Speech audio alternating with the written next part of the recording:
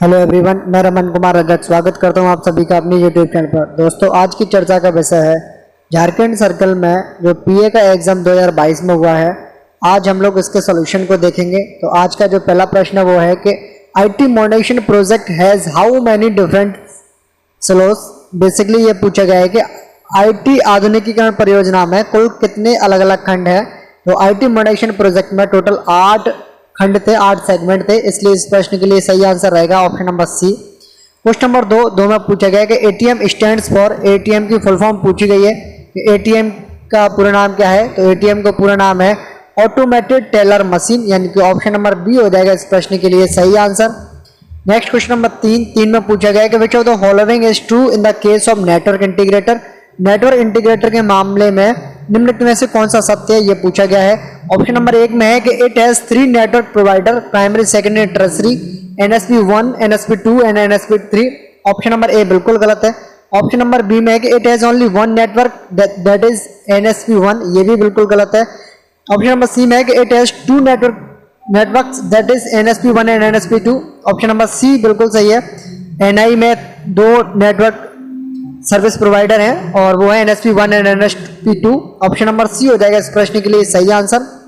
Question number 4 में पूछा गया कि EMS का पूरा नाम क्या है। EMS मींस EMS का अर्थ क्या है। तो EMS का पूरा नाम या पूरा अर्थ है एक्सप्रेस मेल सर्विस, इसलिए ऑप्शन नंबर बी हो जाएगा इस प्रश्न के लिए सही आंसर। क्वेश्चन नंबर 5 में पूछा गया कि if an article is refused it will be kept in post office for how many days. यदि कोई वस्तु अस्वीकार कर दी जाती है तो उसे डाकघर में कितने समय के लिए रखा जा सकता है।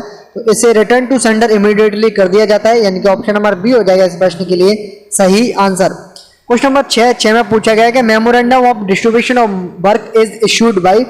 कार्य का ज्ञापन वितरण MS11 किसके द्वारा जारी किया जाता है। तो memorandum of distribution of work divisional superintendent के द्वारा इशूड किया जाता है, इसलिए इस प्रश्न के लिए सही आंसर होगा वो option number D. Question number 7 में पूछा गया कि preservation period of nominal roll in general is के जो नाममात्र की सूची की परिरक्षण अवधि सामान्य रूप से क्या है, ये पूछा गया है। तो प्रिजर्वेशन पीरियड है नॉमिनल रोल के लिए वो है परमानेंट, यानी कि इसे परमानेंट रूप से इस रिकॉर्ड को प्रिजर्व करके रखा जाता है, इसलिए ऑप्शन नंबर डी हो जाएगा इस प्रश्न के लिए सही आंसर। क्वेश्चन नंबर 8 में पूछा गया कि एमओ बिकम्स वॉइड, यानी कि जो मनी ऑर्डर है वो वॉइड कब हो जाता है, शून्य कब हो जाता है, ये पूछा गया है। तो एक मनी ऑर्डर कब वॉइड हो जाता है, जब at the end of the month following the month of its issue. तो उस समय के बाद में एमओ वॉइड हो जाता है, इसलिए इस प्रश्न के लिए सही आंसर होगा option number C. Next question number 9 में पूछा गया कि article except BP addresses as post restante are detain in the post office of delivery for the period not exceeding, यानी कि BP को छोड़कर पोस्ट रेस्टेंटे के रूप में संबोधित लेख को डिलीवरी के पोस्ट ऑफिस में अधिक से अधिक कितने समय के लिए रखा जा सकता है, ये पूछा गया है। तो इसके लिए जो टाइम पीरियड लिमिट है वो है 1 मंथ, यानी कि ऑप्शन नंबर बी हो जाएगा इस प्रश्न के लिए सही आंसर। क्वेश्चन नंबर 10 में पूछा गया कि maximum wait limit of a foreign parcel is, एक विदेशी पार्सल की अधिकतम भार सीमा क्या है, ये पूछा गया है। तो maximum weight limit foreign parcel के लिए है 20 kg, यानी कि ऑप्शन नंबर डी हो जाएगा इस प्रश्न के लिए सही आंसर। क्वेश्चन नंबर 11 में पूछा गया कि who fixes the working hours of night post offices. रात्रिकालीन जो डाकघर होते हैं उनके समय को निर्धारित कौन करता है, ये पूछा गया है। तो जो नाइट पोस्ट ऑफिसेस होती हैं उनके समय का निर्धारण हेड ऑफ द सर्किल, यानी कि CPMG के द्वारा किया जाता है, इसलिए ऑप्शन नंबर डी हो जाएगा इस प्रश्न के लिए सही आंसर। वहीं एक्सटेंशन की बात करें, टाइम में एक्सटेंशन की बात करें तो DG पोस्ट के द्वारा समय को बढ़ाया जाता है। क्वेश्चन नंबर 12 में पूछा गया कि live mail survey is carried out in selected delivery post office in each division. प्रत्येक संभाग में चयनित वितरण डाकघर में लाइव मेल सर्वेक्षण किया जाता है, ये लाइव मेल सर्विस किया जाता है मंथली, इसलिए इस प्रश्न के लिए सही आंसर रहेगा वो रहेगा option number B. Next question number 13 में पूछा गया है CELC स्टैंड्स फॉर। CELC का पूरा नाम क्या है या CELC का मतलब क्या होता है। तो CELC का जो पूरा नाम होता है वो है चाइल्ड एनरोलमेंट लाइट क्लाइंट, यानी कि ऑप्शन नंबर ए हो जाएगा इस प्रश्न के लिए सही आंसर। क्वेश्चन नंबर 14 में पूछा गया है कि the maximum weight limit of pattern and sample packet is. Pattern और नमूना पैकेट की अधिकतम वजन सीमा क्या है। तो इसके लिए जो वेट लिमिट है वो है 2 kg की, यानी कि ऑप्शन नंबर सी हो जाएगा इस प्रश्न के लिए सही आंसर। क्वेश्चन नंबर 15 में पूछा गया है कि VP article can be booked up to maximum rupees. एक बीपी लेख अधिकतम कितने रुपए तक का बुक किया जा सकता है? तो एक बीपी आर्टिकल मैक्सिमम 5000 रुपए तक का बुक किया जा सकता है, इसलिए इस प्रश्न के लिए सही आंसर होगा वो option number B. Next question number 16 में पूछा गया कि फर्स्ट क्लास मेल्स आर, प्रथम श्रेणी की मेल कौन सी है? तो फर्स्ट क्लास की जो मेल्स हैं वो है letters, post cards and later cards, यानी कि ऑप्शन नंबर सी हो जाएगा इस प्रश्न के लिए सही आंसर। क्वेश्चन नंबर 17 में पूछा गया कि international registered article compensation is, अंतरराष्ट्रीय रजिस्टर्ड लेख मुआवजा कितना है? यानी कि अगर कोई registered article, international registered article खो जाता है तो उस केस में कंपनसेशन कितना दिया जाता है, ये पूछा गया है। तो इस केस में जो कंपनसेशन है वो है 30 SDR, ऑप्शन नंबर ए हो जाएगा इस प्रश्न के लिए सही आंसर। नेक्स्ट क्वेश्चन नंबर 18 में पूछा गया कि NBMS का पूरा नाम क्या है या इसका अर्थ क्या है, ये पूछा गया है। तो इसकी जो फुल फॉर्म है वो है नेशनल बिल मेल सर्विस, यानी कि ऑप्शन नंबर बी हो जाएगा इस प्रश्न के लिए सही आंसर। क्वेश्चन नंबर 19 में पूछा गया कि NEFT RTGS facility for POSB account holder is introduce in the SB order, यानी कि जो POSB खाता धारक है उनके लिए जो नेफ्ट और आरटीजीएस की जो सुविधा है वो किस एसबी ऑर्डर के माध्यम से शुरू की गई थी? तो इसके लिए अलग से एक स्पेशल एसबी ऑर्डर निकाला गया था और उस एसबी ऑर्डर का नंबर था 8, जो कि 2022 में रिलीज हुआ था, इसलिए एसबी ऑर्डर नंबर 8/2022 यानी कि 8/2022 के माध्यम से ये बताया गया था कि POSB खाता धारकों के लिए नेफ्ट और आरटीजीएस की सुविधाएं वो शुरू की जा रही है। तो ऑप्शन नंबर ए हो जाएगा इस प्रश्न के लिए सही आंसर। क्वेश्चन नंबर 20 में पूछा गया the abbreviation UPU stands for, यानी कि संक्षिप्त नाम UPU का अर्थ क्या है? बेसिकली UPU की फुल फॉर्म पूछी गई है। UPU की फुल फॉर्म है यूनिवर्सल पोस्टल यूनियन, यानी कि ऑप्शन नंबर बी हो जाएगा इस प्रश्न के लिए सही आंसर। क्वेश्चन नंबर 21 में पूछा गया कि BO daily account is also known as, BO का जो डेली अकाउंट है उसे किस रूप में और जाना जाता है? तो BO डेली अकाउंट को ACG22A भी हम लोग कहते हैं, इसलिए इस प्रश्न के लिए जो सही आंसर होगा वो option number B. Question number 22 में पूछा गया कि PPF account is opened with minimum amount of rupees, यानी कि जो PPF खाता है वो न्यूनतम कितने राशि से खोला जा सकता है, ये पूछा गया है। तो PPF अकाउंट को मिनिमम 500 रुपए से खोल सकते हैं, इसलिए इस प्रश्न के लिए सही आंसर होगा वो option number C. Next question number 23 में कि how many scans are mandatory for entity sorting, entity छटाई के लिए कितने स्कैन अनिवार्य हैं? तो इस प्रश्न के लिए जो सही आंसर होगा वो option number D, 12 scans mandatory है एंटिटी सॉर्टिंग के लिए। नेक्स्ट क्वेश्चन नंबर 24 में पूछा गया है territorial money order should be prepared when the number of money order exceed, यानी कि जो मनी ऑर्डर की संख्या से अधिक होने पर प्रादेशिक मनी ऑर्डर तैयार किया जाना चाहिए, यानी कि टेरिटोरियल मनी ऑर्डर का जो बैग है वो कब बंद किया जाता है? जब ऐसे मनी ऑर्डर की संख्या कितने से ज्यादा हो जाती है, ये पूछा गया है। तो इस केस में है आंसर नंबर सी, यानी कि 10 मनी ऑर्डर से ज्यादा हो जाता है तो उस केस में टेरिटोरियल मनी ऑर्डर का जो बैग है वो प्रिपेयर किया जाता है। नेक्स्ट क्वेश्चन नंबर 25 में पूछा गया है maximum weight of unregistered parcel in KG, अपंजीकृत पार्सल का अधिकतम वजन किलो में कितना है?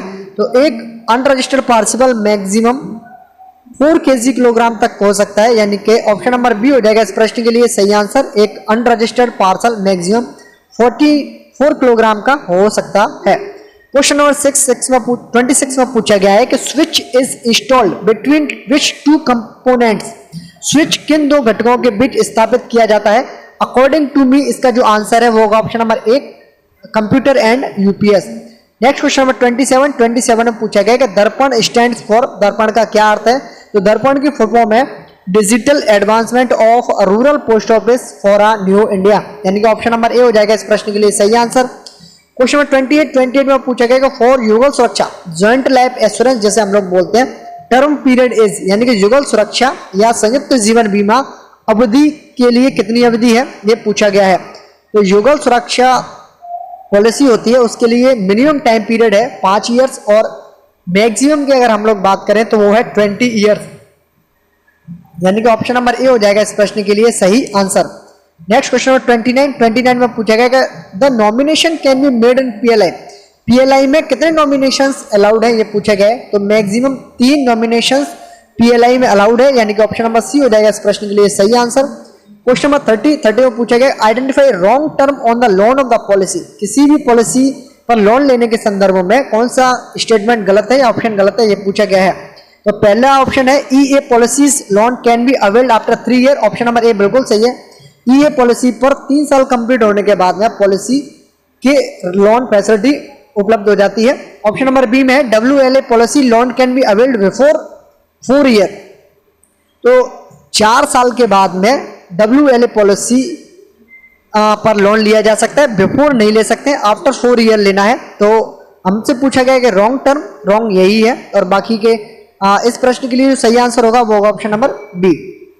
नेक्स्ट क्वेश्चन नंबर 31 में पूछा गया nomination facility is not available in respect of minor account joint account. तो नॉमिनेशन की जो फैसिलिटी है वो अब मैंडेटरी कर दी गई है सभी अकाउंट्स के लिए, इसलिए इस प्रश्न के लिए जो सही आंसर होगा वो होगा नॉट अवेलेबल। पूछा गया है तो दोनों के लिए ही अवेलेबल है, तो नन ऑफ द अबव आप लोग इसका आंसर लगाओगे, यानी कि ऑप्शन नंबर डी हो जाएगा इस प्रश्न के लिए सही आंसर। क्वेश्चन नंबर 32 में पूछा गया what is the GST percentage in the registered article. यानी कि रजिस्टर्ड आर्टिकल जो है पंजीकृत आर्टिकल्स हैं उन पर जीएसटी कितना परसेंट लिया जाता है। तो उन पर किसी भी प्रकार का कोई जीएसटी नहीं लिया जाता है। ऑप्शन नंबर ए हो जाएगा इस प्रश्न के लिए सही आंसर। क्वेश्चन नंबर 33 में पूछा गया कि maximum weight of a parcel that can be booked at BO is. यानी कि ब्रांच पोस्ट ऑफिस में मैक्सिमम कितने वजन तक का एक पार्सल बुक किया जा सकता है। तो इसके लिए जो वेट लिमिट है वो है 10 kg, यानी कि ऑप्शन नंबर डी हो जाएगा इस प्रश्न के लिए सही आंसर। क्वेश्चन नंबर 34 में पूछा गया कि project arrow is related with. Project arrow किससे संबंधित है। तो ये भारतीय डाक से संबंधित है, यानी कि ऑप्शन नंबर डी हो जाएगा इस प्रश्न के लिए सही आंसर। क्वेश्चन नंबर 35 में पूछा गया कि what was the change management stream of IT modernisation project is. IT आधुनिकीकरण परियोजना का जो परिवर्तन प्रबंधन की जो धारा है वो क्या है। तो चेंज मैनेजमेंट का जो काम है बेसिकली वो क्या था, वो था training preparing all the employees of the department including GDS. यानी कि जीडीएस और डिपार्टमेंटल एम्प्लॉइज को ट्रेनिंग देना और स्किलफुल करने का काम था वो चेंज मैनेजमेंट का था। ऑप्शन नंबर सी हो जाएगा इस प्रश्न के लिए सही आंसर। नेक्स्ट क्वेश्चन नंबर 36 में पूछा गया कि read the statement regarding IT modernisation project 2.0। Statement एक है it has cabinet approval with outlay of ₹5785 crore. Statement number 1 बिल्कुल सही है। स्टेटमेंट नंबर 2 में है this amount is to be incurred of a period of 8 years. Statement number B बिल्कुल सही है। यह राशि 8 वर्ष की अवधि के लिए खर्च की जानी है, बिल्कुल सही है। तो स्टेटमेंट नंबर 1 और 2 दोनों सही है, इसलिए इस प्रश्न के लिए जो सही आंसर होगा वो होगा option number C. Next question number 37 में पूछा गया है कि the minimum and maximum sum assured of RPLI is. RPLI के लिए जो मिनिमम सम एश्योर्ड होता है वो होता है 10,000, मैक्सिमम होता है 10 लाख। मिनिमम होता है 10,000, मैक्सिमम होता है 10 लाख। तो यानी कि ऑप्शन नंबर डी हो जाएगा इस प्रश्न के लिए सही आंसर। क्वेश्चन नंबर 38 में पूछा गया in respect of children policy the child age should be. बाल पॉलिसी यानी कि जो चिल्ड्रन पॉलिसी है उस केस में बच्चे की उम्र क्या होनी चाहिए। तो बच्चे की जो एज है वो 5 से 20 वर्ष के बीच में होनी चाहिए, यानी कि ऑप्शन नंबर ए हो जाएगा इस प्रश्न के लिए सही आंसर। क्वेश्चन नंबर 39 में पूछा गया कि match the following which one is not correct. निम्नलिखित में से उसका मिलान करना है जो सही नहीं है। ऑप्शन नंबर 1 स्टेटमेंट नंबर 1 में है एफएसआई फाइनेंशियल सिस्टम इंटीग्रेटर, बिल्कुल सही है। स्टेटमेंट बिल्कुल सही है। सीएसआई की फुल फॉर्म है कोर सिस्टम इंटीग्रेटर, बिल्कुल सही है। डीसीएफ की फुल फॉर्म है डाटा सेंटर फैसिलिटी, बिल्कुल सही है। एनआई की फुल फॉर्म है नेटवर्क इंटीग्रेटर, चारों ही सही है। ये पूछा गया which one is not correct, सभी करेक्ट है, इसलिए इस प्रश्न के लिए जो सही आंसर होगा वो होगा option number D. Question number 40 में पूछा गया what is the correct meaning of CBS under IT modernisation project. IT आधुनिकीकरण परियोजना के तहत सीबीएस का सही अर्थ क्या है। तो सीबीएस की फुल फॉर्म है कोर बैंकिंग सॉल्यूशंस, यानी कि ऑप्शन नंबर बी हो जाएगा इस प्रश्न के लिए सही आंसर। क्वेश्चन नंबर 41 में parcel that can be issued for maximum of rupees at branch post office is. कि पार्सल जिसका शाखा डाकघर में अधिकतम रुपए का बीमा किया जा सकता है। तो बीओ से एक पार्सल मैक्सिमम 600 रुपए का इंश्योर किया जा सकता है, इसलिए इस प्रश्न के लिए जो सही आंसर होगा वो होगा option number A. Question number 42 में कि the weight of aerogram should not exceed. Aerogram का अधिकतम वेट कितना हो सकता है, वो है 3 ग्राम, यानी कि ऑप्शन नंबर ए हो जाएगा इस प्रश्न के लिए सही आंसर। क्वेश्चन नंबर 43 में पूछा गया कि the jurisdiction of Sikkim state comes under which circle. Sikkim राज्य का अधिकार क्षेत्र किस सर्कल के अंतर्गत आता है। तो सिक्किम राज्य का जो जुडिक्शन है वो वेस्ट बंगाल सर्किल के अंडर में आता है, इसलिए इस प्रश्न के लिए जो सही आंसर होगा वो होगा option number B. Question number 44 में है मार्क करेक्ट ऑप्शन, सही कथन को चुनना है। ऑप्शन नंबर ए में है COD means cash on delivery, बिल्कुल सही। Option number B under COD system में be exchange BP parcel, option number B बिल्कुल सही है। ऑप्शन नंबर सी में BP letter parcel and COD parcel में be insured in accordance with the conditions, option number A B C तीनों सही है, इसलिए इस प्रश्न के लिए जो सही आंसर होगा वो होगा option number D. Question number 45 में what is the minimum number of articles required of prepare and registered bundle, एक पंजीकृत बंडल तैयार करने के लिए आवश्यक लेखों की न्यूनतम संख्या कितनी है। तो एक रजिस्टर्ड बंडल कब प्रिपेयर किया जाता है, जब ऐसे आर्टिकल 2 या उससे ज्यादा हो, उस केस में रजिस्टर्ड बंडल प्रिपेयर किया जाता है। तो ऑप्शन नंबर बी हो जाएगा इस प्रश्न के लिए सही आंसर।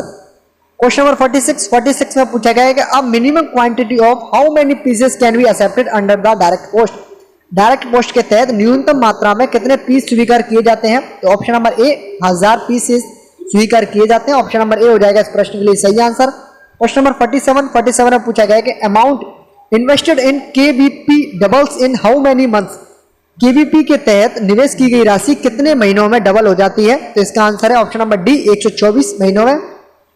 नेक्स्ट क्वेश्चन नंबर 48 में पूछा गया है कि read the following sentences, option number A statement number 1 है maximum bonus in PLI is in WLA policy, बिल्कुल सही है। जो पीएलआई है उसमें एक पॉलिसी है डब्ल्यूएलए होल लाइफ एश्योरेंस, इस पॉलिसी में मैक्सिमम बोनस है, बिल्कुल सही है। और स्टेटमेंट नंबर 2 है कि minimum bonus in PLI is in AEA policy में मिनिमम बोनस है, ये भी बिल्कुल सही है। स्टेटमेंट नंबर 1 और 2 दोनों सही है, इसलिए इस प्रश्न के लिए जो सही आंसर होगा वो होगा option number C. Question number 49 में पूछा गया कि a letter posted insufficiently prepaid is charge on delivery as follows, यानी कि अपर्याप्त रूप से प्रीपेड पोस्ट किए गए एक पत्र को डिलीवरी पर निम्नानुसार चार्ज किया जाएगा। अगर कोई लेटर जिसका भुगतान आधा अधूरा किया गया डिलीवरी के समय पर, उनसे उतना अमाउंट डबल लिया जाएगा जितने की डिफिशियंसी है। तो ऑप्शन नंबर सी हो जाएगा इस प्रश्न के लिए सही आंसर।